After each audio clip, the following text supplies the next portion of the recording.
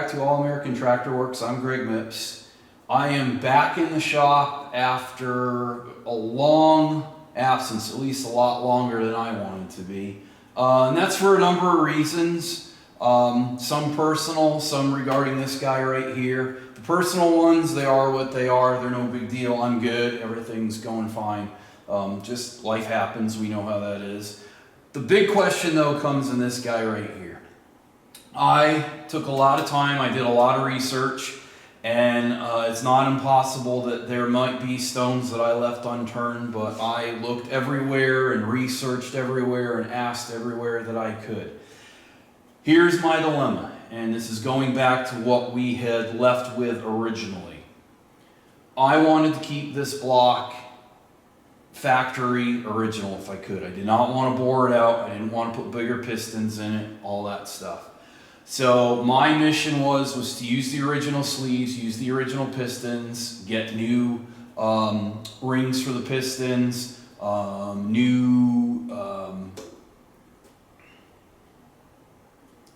lost my train of thought. How's that? I wanted to get new I didn't want to get new, starting again. I didn't want to get new pistons. I just wanted to put new rings in it.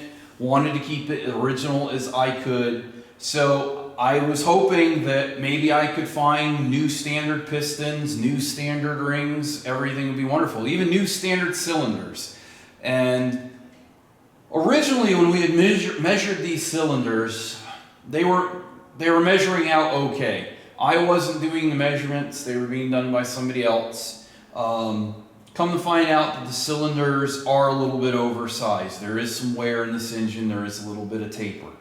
So I embarked on a mission that, well, I'm going to get new cylinders for it. I'll buy new pistons. I'll buy new rings. All standard. Put it all back together. Everything's good, right? Well, unless I miss something horribly obvious, nobody in the world wants you to rebuild this engine to its original specs. They want you to bore it out, put bigger sleeves in it, bigger pistons, bigger rings. Didn't want to do that. Why? Not that I'm saying it's a bad thing to do. But I did not want to put about $1,500 worth of parts and shop work into a $200 tractor that I really wanted to keep original. So, what decision did I make? I have decided I'm going to use the original sleeves, even though, yes, they have wear in them. I'm going to use the original pistons that are in good shape. There's no reason to replace those, which is another reason that I did not want to replace them.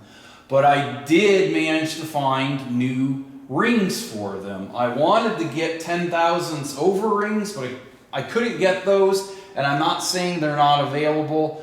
I am not willing to put in the time and the research and the effort to go find them. I'm sure I could get some. I'm sure they're out there. The thing that stopped me is nobody was selling them for a 1953 Super H convertible. So that's kind of where I stopped on it. I did manage to find a set of standard rings, luckily, and I'm under the impression that I was lucky to get those because I've got a weird feeling that they're trying to phase those out. And why? Because I don't think anybody rebuilds this engine to its original specs. I think everybody takes and does the boring, puts the new sleeves, the new pistons, the bigger pistons, and that's great if that's what you want to do. It's not what I wanted to do. I just don't want to spend that money on this tractor. I may end up regretting that. I may end up doing a show in the future of pulling the sleeves and pistons out of this engine and pulling the block out, having it bored and putting in larger sleeves and larger pistons. That's maybe a future show. Maybe keep my job going here. Anyway, so what I'm doing is I'm going all original, like I said, and it makes sense. They only made this engine for 2 years, I do believe, and you know, there's not a lot of money in it for anybody to supply parts for an engine that was only made for 2 years. So to go to a bigger sleeve and bore it out and do all that, it really makes sense to me. I'm just stubborn and I don't want to do it. At least I'm able to admit it, right? So what we're going to do, I have the sleeves back in it. They are worn, they are beat up a little bit. There's no gouges in them or anything like that. The biggest concern was when I put the brand new standard rings in the cylinders, and I checked my end gap on it, and I have end gap at times that's twice the allowable, which is a lot. And that was my big concern. I'm too big, I'm not within specs, I'm gonna lose a lot of compression, I'm gonna burn a lot of oil. Did a lot of research on that. What's the reality of that happening? I've spoke to everybody I can think of under the sun. I'm sure there was other people I could have spoke to that I missed. But from a lot of people I've got, oh, it's gonna be underpowered, it's gonna burn oil. And I had a lot more people tell me, put it together, run it. It runs about 1600 RPM top speed. You're twice the amount of the allowable ring gap. Everything's pretty decent. There's no gouges. You put new rings in it, you're probably going to be fine. You might burn a little oil. You might get a little bit of bypass on it, but probably not. In fact, what I took away from all of the discussions that I had with people is you'd be much better off having oversize on the ring gap than being too close and running it and having those ring ends collide with each other when they heat up, and then having a whole slew of problems that come with that. So I'm going to go with what my elders had recommended to me, that it's fine, run it, put the new rings in it, use the old pistons. You're probably not going to burn any oil. You're probably not going to lose any power. You're probably going to be okay. So I'm going with that. Is it going to work out? I don't know. We'll see. But that's what we're doing. So with that, I've got the sleeves back in it. What I do need to do, they've been honed, so I've taken all of the nasty stuff that was in them out with a hone. I used a really fine hone on it. It took a long time to really get things to where I needed them to be. I had to be very careful doing it. And even with all that I did, I still have some marks and a little bit of pitting and stuff here and there. The big thing is I don't have anything that's raised in the cylinder. Everything is below the surface. And it's not that bad. I'll show you some close-up of it, see if you can see what it looks like and see what you guys think.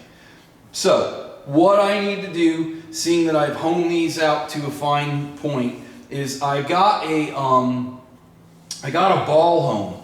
And I've never used one before, and the reason why I got that is because the hone that I use is really, really fine, and I want to get everything I can out of my rings that I'm putting in here. So I'm going to use this ball hone and put it in here and hopefully rough up the inside of these a little bit more so those rings will grab and do everything that they can for me.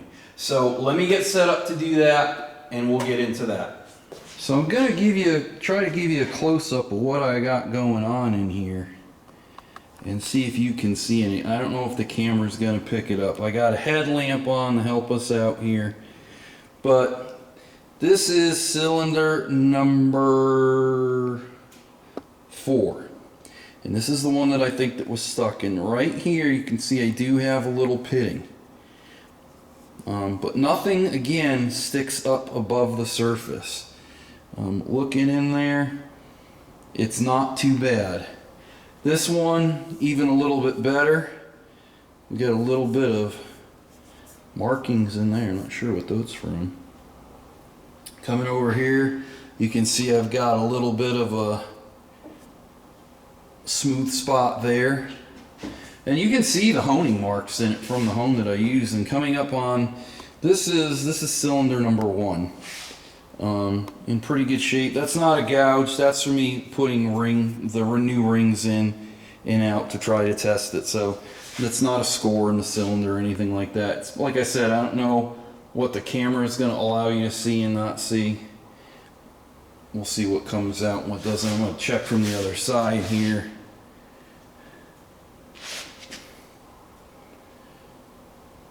And you can see, basically get a good idea of the condition on these cylinders. So I've got my ball hone. I've already tried it on cylinders 1 and 2. I've already done some work in there. I'm not doing a whole lot. I'm probably going in and out maybe a dozen times. That's it. Not at a high speed, of course. I just want to rough these cylinders up a little bit. Here's the ball hone that I bought. I just put it in my cordless. And I use diesel fuel to lubricate it. I know some guys say to use oil. That's fine. Whatever you want to use will work. Just make sure that it's lubricating as you go. So I'm not going real fast. Making sure I go the full length. Keeping it centered.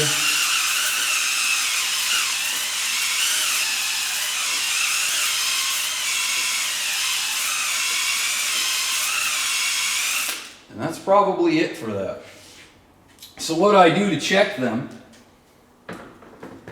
is I take paper towel first, just to wipe out the goodies that you get in there. And ironically, my hand fits in there nice and perfect.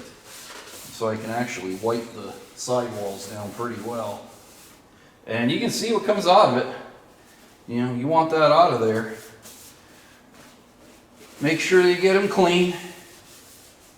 And I'll show you what this looks like after I can get it cleaned out for you, because sometimes, unless it's clean, you're not going to get a good representation of what it really looks like when it's clean. And when I'm done with this, I will take a rag that's clean, got clean diesel fuel on it, and I'll wipe it out again with a paper towel. And then I have some old socks over here. They are my favorite, actually. I take the old socks and I wipe through it, make sure that the sock comes out perfectly clean. And then what I'll do is I'll put some oil on that sock and we'll oil those up. So that's pretty clean in there now.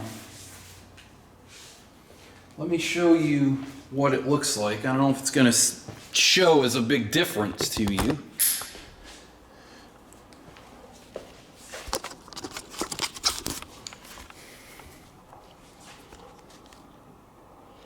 But you can see I got good cross hatching in there now. Yeah, there's that little mark right there. But that's right at the point where the first ring hits. So I'm pretty happy with that. I mean, it's pretty good all the way down. I don't know if the camera will really pick it up for you. But it's going to have to work, right? We're going to make it work. So let's do our last cylinder and we'll keep moving on.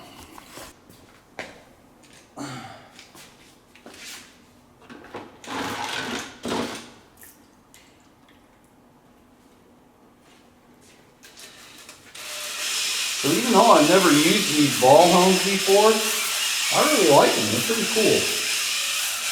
I think it's perfect for what I'm doing with it.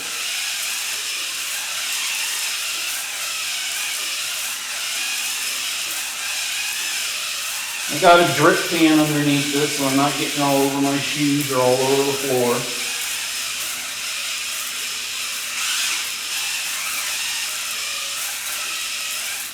I think that's going to be it for that.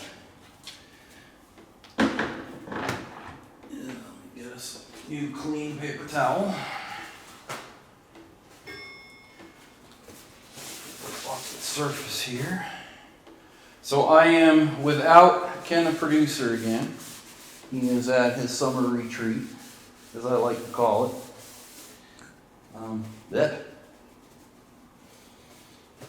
So, yep, I'm on my own in the shop. He'll be back soon, though. I've been working on some projects around the house, non-tractor related. You know, got to keep the wife happy. And I've got some of my own machinery that I've been working on. I may cover that in one of my shows to talk about some issues that I've been having with it. Ironically, a similar issue with multiple tractors, and I can't solve the problem. Even though I think I have found out what the problem is, it kind of had me going for a while. So there we go. So let me take a look in there. I'm not going to show you guys this one. But yeah, I got good cross hatching in there. That cylinder is actually the best, I think, for being the one that I believe was stuck. It's pretty darn good. I know a lot of guys talk about after they hone these out that they'll take and wash them with soap and water, which is fine to do. It's actually probably the best way to get all this stuff out of there.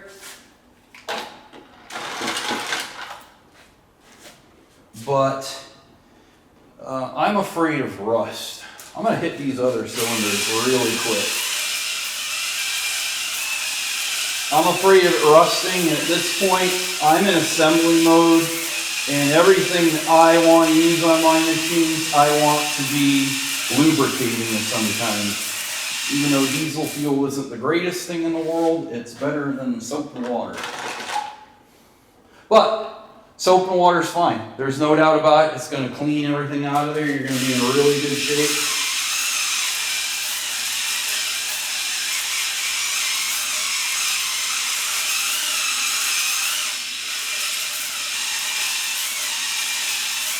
You can tell I'm not squeezing my drill all the way. I've got it, probably about a third of the way depressed. We don't want to go really fast. You want the drill to be kind of slow. And I don't go up and down in the cylinder very quickly either. It's kind of a very regulated, subtle up and down. And you can see what we get out of those. So, there we go. So what I'm going to do now is I'm going to take and clean these all up to make sure that there is nothing in them. So what am I going to do? I'm taking a clean paper towel. I kind of wanted 2 of them. Got this method down that kind of works. I kind of fold them in half, stick my hand kind of in it. And I kind of open my hand as I go down the cylinder, and it kind of is able, you can see I'm still getting junk out of these, which is the reason why a lot of guys use soap and water, because that will take this right out instantly. I think these are pretty good. Let me get another clean paper towel. It's kind of like cleaning a gun, right? You keep sending the patches through until they come back clean.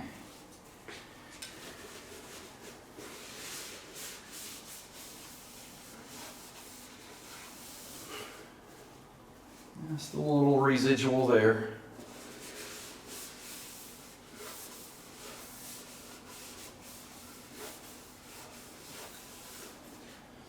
Still some there as well.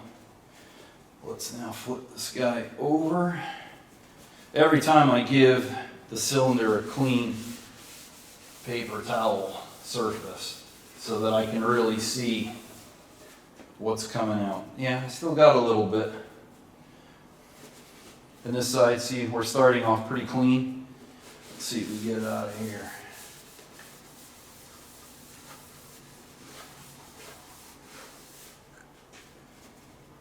Cleaner, getting there.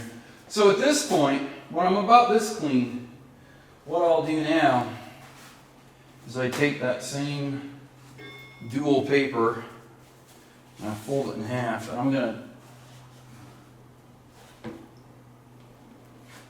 take and wet it with some diesel fuel. This is my soap and water.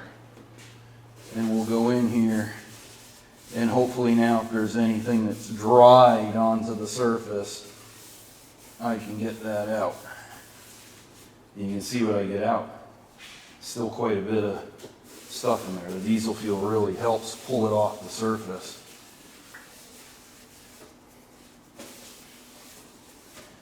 So I'm going to continue to work this. I'll come back when I feel like I've got things pretty clean, and I'll share with you where I've gotten. And then we'll look at going on to the next step. So I've got my crankshaft. It's sitting here in the block. It's sitting on the new bearings. You might be able to see it in place here. I can take it out real quick so you can just have a quick peek. You see the 3 new bearings in there. There's no oil at this point. We're dry. So what I need to do is get my bearing caps, which I have here. And the key thing with these is when I took these out, I took and punched these. You might be able to see it. There's a punch mark there. Well, there's a punch mark inside, and I know that those match. So I'm going to take my bearing, and just like we did on the bottom, I'm going to find where it sits. Put that little tab in the slot. Let me turn this so you can maybe see it a little bit better. And I just take and I push that bearing in. It goes in nice and easy. I don't have to force it in. It goes in real easy. I'm not going to put that on yet. I'm just going to line it up. There's my punch mark. I know the punch mark that matches it is there. I'm going to set that down on my table over here, ready to go. I'm going to take my center main. Same thing with this. There's my 2 punch marks right there. And there's 2 punch marks down on that side of the bearing that I punched when I took this out. So just like the others, I'm going to seat it in there about where it goes and just push it in. It should go in nice and easy. Make sure it's equal on both sides. That one's off just a little bit. I'm going to just take my dead blow. There we go. And just even that out a little bit, okay? Same thing with this. I'm going to make sure there's my 2 punch marks again. They go on this side. I'm going to set that down on the table just like so. Got my last bearing. I have 3 punch marks here. I have 3 punch marks right there inside the block. I know this is where that goes. I'm going to set the new bearing in here and just push that baby in. And there, everything is in just like it's supposed to be. Now, you want to make sure that these surfaces are all clean. Let me grab a rag real quick.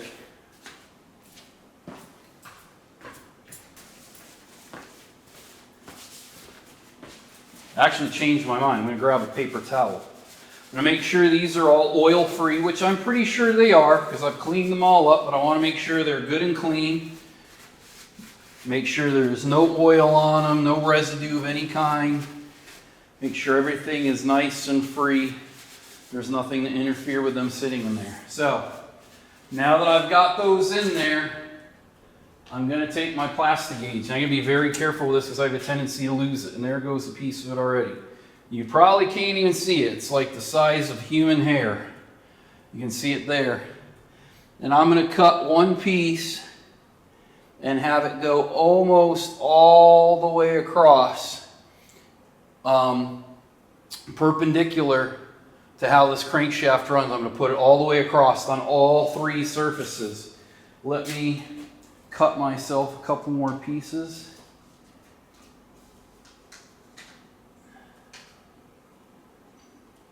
You gotta be very, very gentle with this stuff. I'm going to mark it with my fingers where to cut it. I don't even know if you guys can probably even see this because it's so fine. I'm going to cut it over here on my table to make sure I don't lose it. Nope, I just broke it instead. Okay. And I'm going to cut one more. All right. Okay, I have my 2 pieces. I'm going to take the first one, we're going to lay that right on the top dead center. And then I'm going to take my last one. Uh-oh. Oh, I see it. Whew. Almost lost that. It literally is about the width of the human hair. You lose it on the ground, you're in big trouble. Okay, I've got all 3 pieces on. Now I'm going to take my bearing caps, orientated the way I had them. Very gently, I'm going to put them in here. I do not want that plastic gauge to move on me.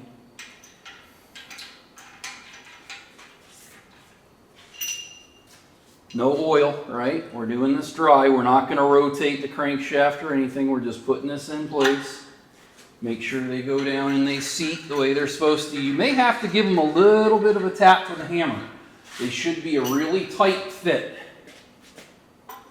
I'm going to move this plastic gauge out a little bit more.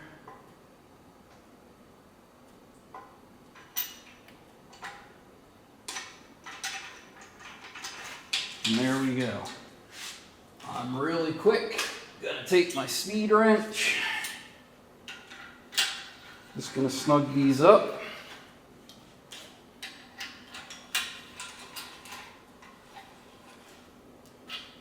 Do not at any time be tempted to turn the crankshaft.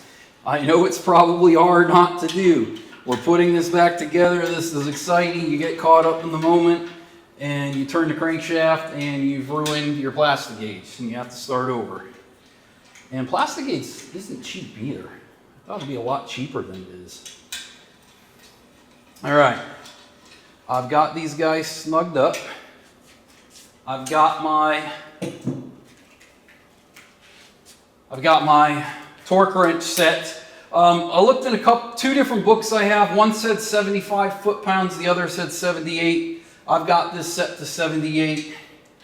We're going to go ahead and torque her down.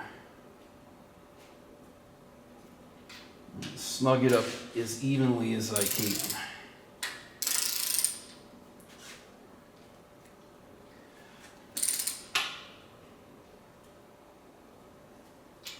Snug these up some more. I'm telling you, the temptation to want to turn this crankshaft is unbelievable. Don't do it. It's taking everything I got right now. Go whee, and want to turn it. Don't turn the crankshaft, not yet. Hopefully we can do that after we find out that the clearance is right on the money. Okay. All right. I'm pretty snugged up now. Let's see if I can get this to pop. There we go. There we go. There we go. And two more.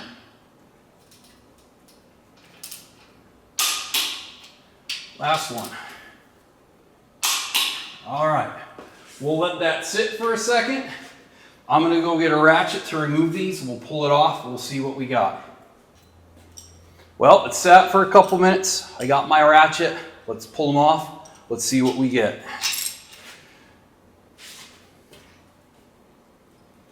Yeah, now I can't loosen it.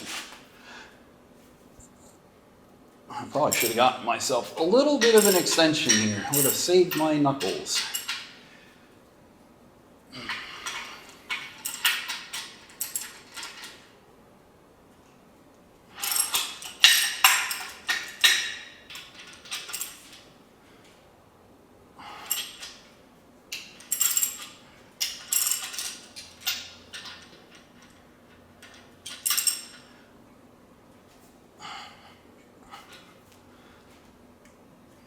Yeah, an extension would have been big here. That was stupid of me.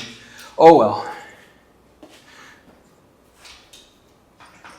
My left hand is kind of useless these days. I have problems with my thumb. Not a lot of strength in that part of my hand anymore. The joys of getting older.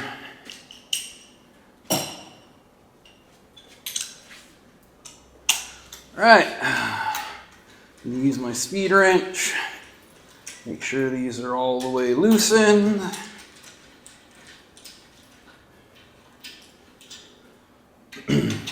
The speed wrench, the most underrated wrench in my toolbox. I don't know why I don't use it more. It's the greatest thing in the world.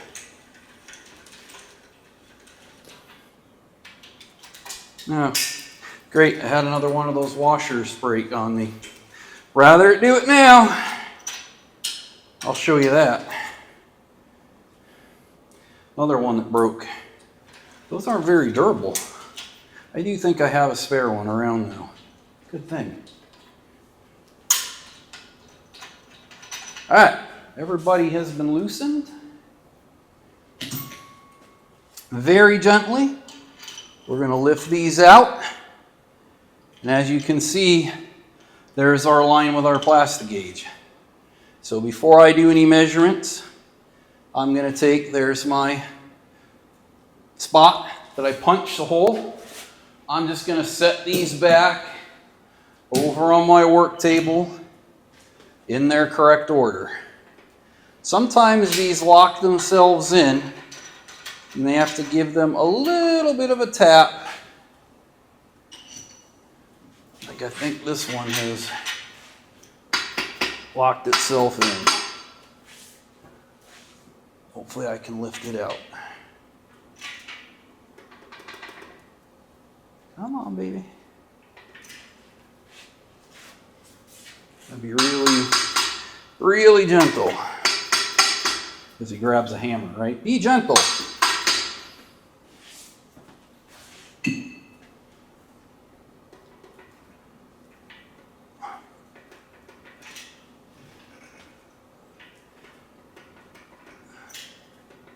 I gotta get something to help pry that out of there.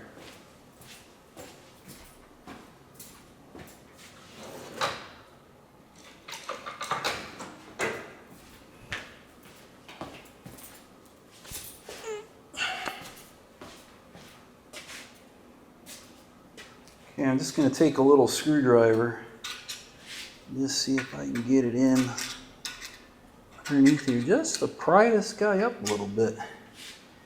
I'm not having any luck doing so.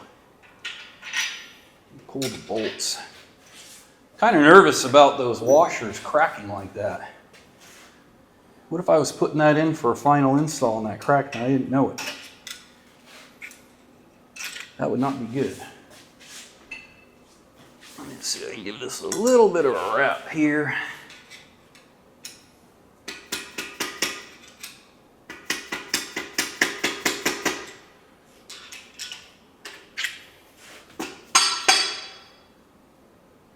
Come on, baby.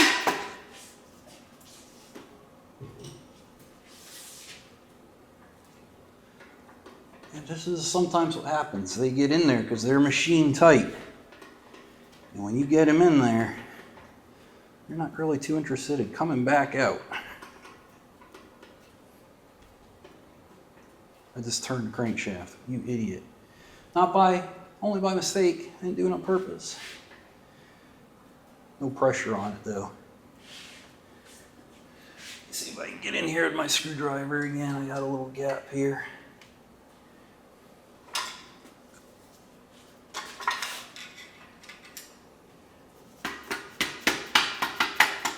There we go. Take your time. Be careful. Perfect line. I didn't smudge it, even though I turned the crankshaft a little bit.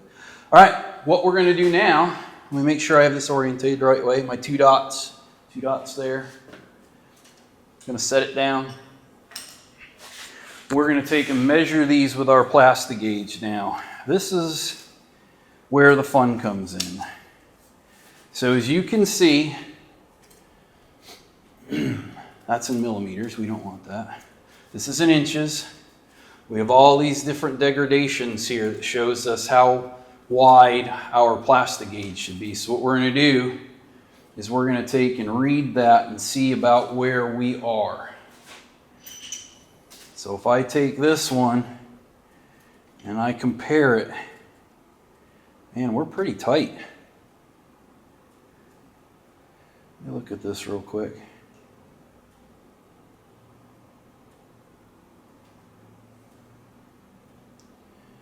We're about 3/1000ths, maybe even a little bit under, which that's good. I expected we'd have more wear here.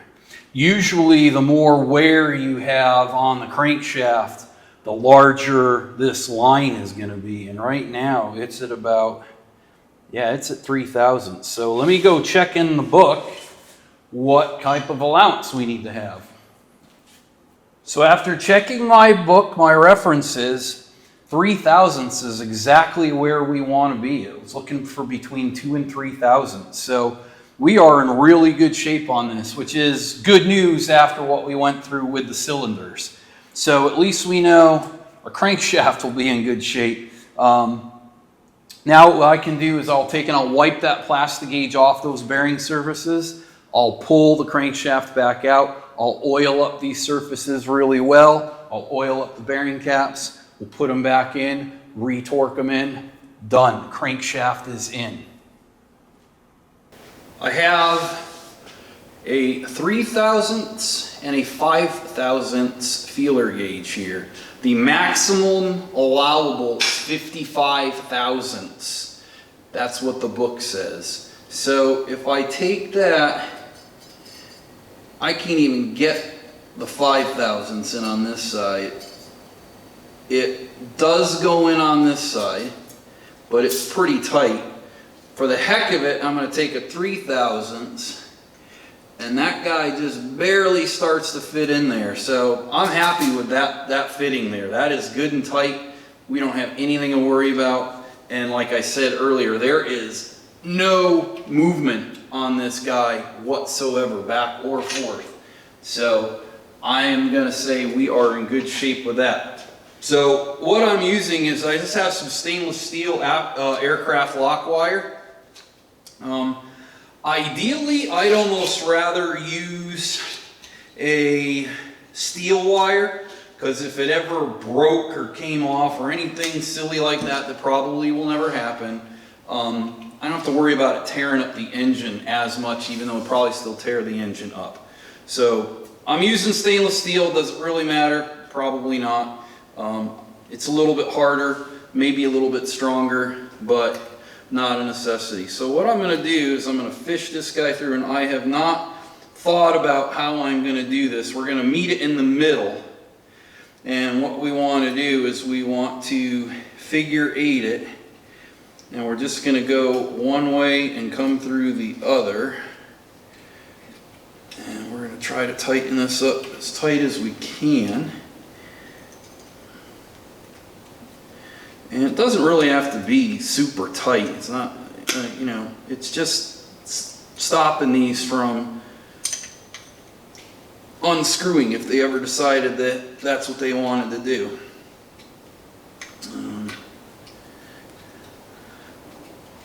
It's not that big of a deal. So all I'm going to do is I'm just going to make these meet in the middle here. I'm going to put a twist on them, and let me take and just twist this by hand.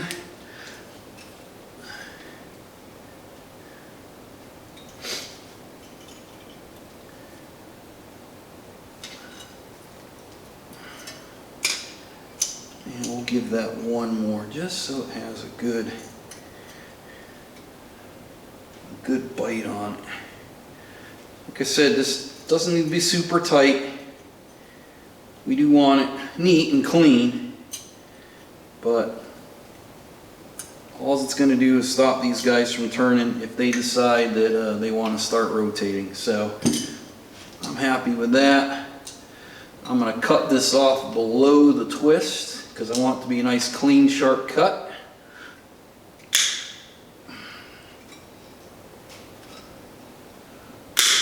There we go. And I'll take and poke that down inside there. There we go. That is not going anywhere. It's in good shape. We don't need to worry about it. I'm just going to pull out another length of it. Probably don't need quite as much as I had last time. Hopefully I didn't pull one out that's too short.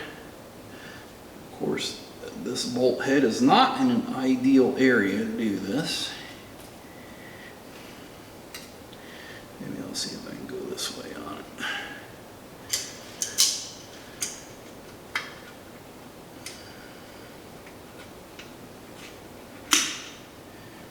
There we go. I just got to pull it through. That's the other thing about using the stainless steel. It is harder. It does not flex as easily as one would like it to. And because it's harder, it's more brittle. And if we're not careful, it will break. That is the one advantage of using a just standard steel locking wire. But I'm gonna make this work. go. I don't know if you guys can see that, where I am with this. The lock wire that was in here was kind of beat up when I took it out. It was just so beat up, I think I cut most of it to pull everything apart. It just wasn't worth salvaging. It's probably way too brittle, and you know, with steel, if you flex it back and forth a bunch of times, what's it going to do? It weakens it, it breaks. And that can happen with anything like this. I know I've had it happen to me all the time with locking tabs. That's why they say when you redo an engine that you should really replace locking tabs and not reuse them, because that metal fatigues. And I know they sell them. I know you can get them. It's actually a very, very wise thing to do if you're rebuilding an engine. I don't know if I'm going to do it, but just because I don't do it doesn't mean you can't do it. But wise thing to do. There we go. And we'll push this guy down inside of this little channel here.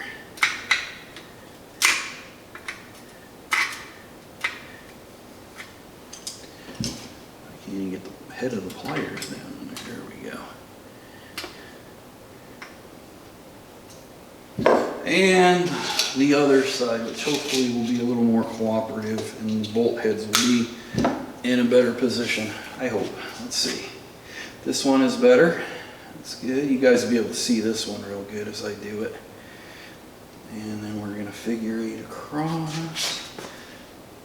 And yeah, this one's in a tricky spot. Figures. See if I can loop it down in there.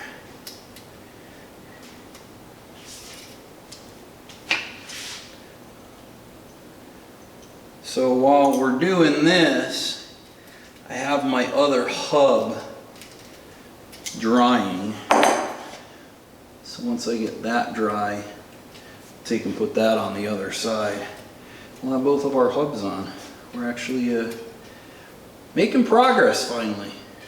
After a long, long time messing around with transmissions, I think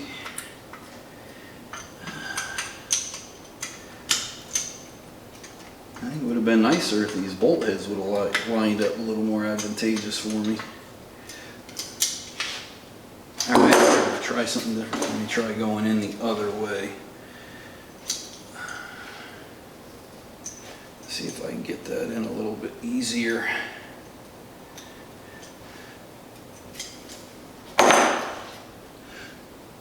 So the other thing with this, and just thinking toward the very near future here, the camshaft for this engine is much like the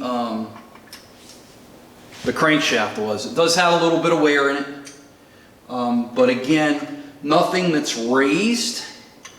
Nothing that your fingernail can catch on, which is usually a good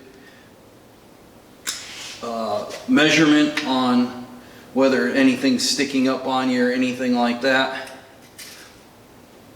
So I'm going to go with the camshaft that was in it. I'm going to go with the lifters that were in it. I think we'll be fine. I have a lot of faith in this stuff, maybe too much sometimes. But if that's something, if you're rebuilding yours and you want to replace all that, by all means, that's your prerogative to do so. I wouldn't blame you for doing it.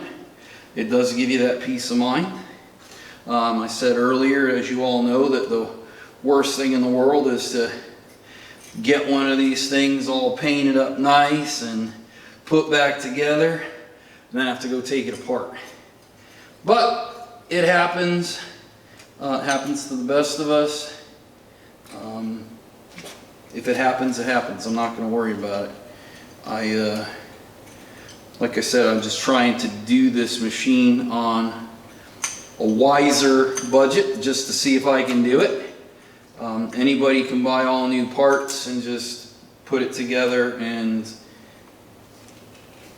just have no problems. And that would be ideal, but I don't know if we're going to be that lucky. I can't imagine we won't be, but I'm willing to take that risk.